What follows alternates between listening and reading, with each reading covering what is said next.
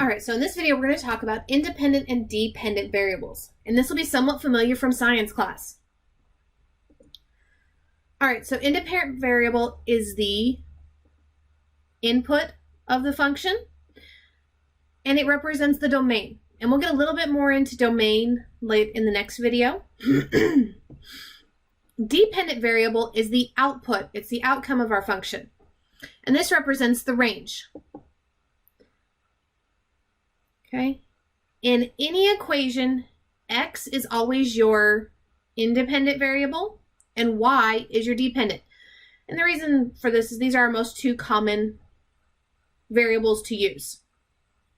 So one way to determine this is the independent variable affects or causes change in the dependent. So for the dependent variable to change, something has to change, or you have to change the independent variable. So we're going to look at some situations here. Tutti Frutti sells smoothies at the mall. They charge $1.50 plus 50 cents for each fruit mixed in. So what are the two things being affected here? Well, first off, total price, right? It's not explicitly listed there, but how much you pay is going to be dependent upon the number of fruit you put into the smoothie. So the number of fruit added is going to affect your total cost. So my independent variable is the added fruit, and my dependent variable is the total cost. Okay, Vivian works for a coffee shop. She earns $7 an hour.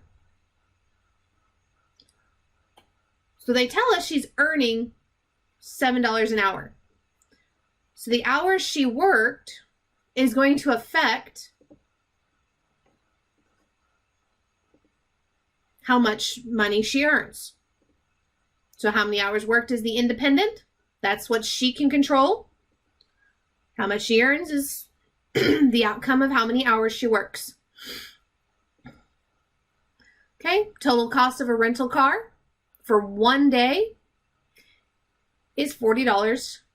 Fixed cost plus 25 cents per mile. So, key thing here is what's affecting the other thing? Well, total cost is our outcome. That's what we're going to pay, right? So, number of miles we drive is going to affect the total cost of our rental. So, independent is number of miles. Dependent is total cost. All right, school orchestra needs to buy new music stands. The group has $300 in its treasury. Each stand costs $42. Okay, so here's a little hint on this one because it's a little different from some of our others. What's happening to the balance after we've spent the money? Well, if we're spending the money, right, the balance is going down. So the number of stands we buy is going to affect the remaining balance. How much is left? So independent is number of stands. Dependent is the remaining balance.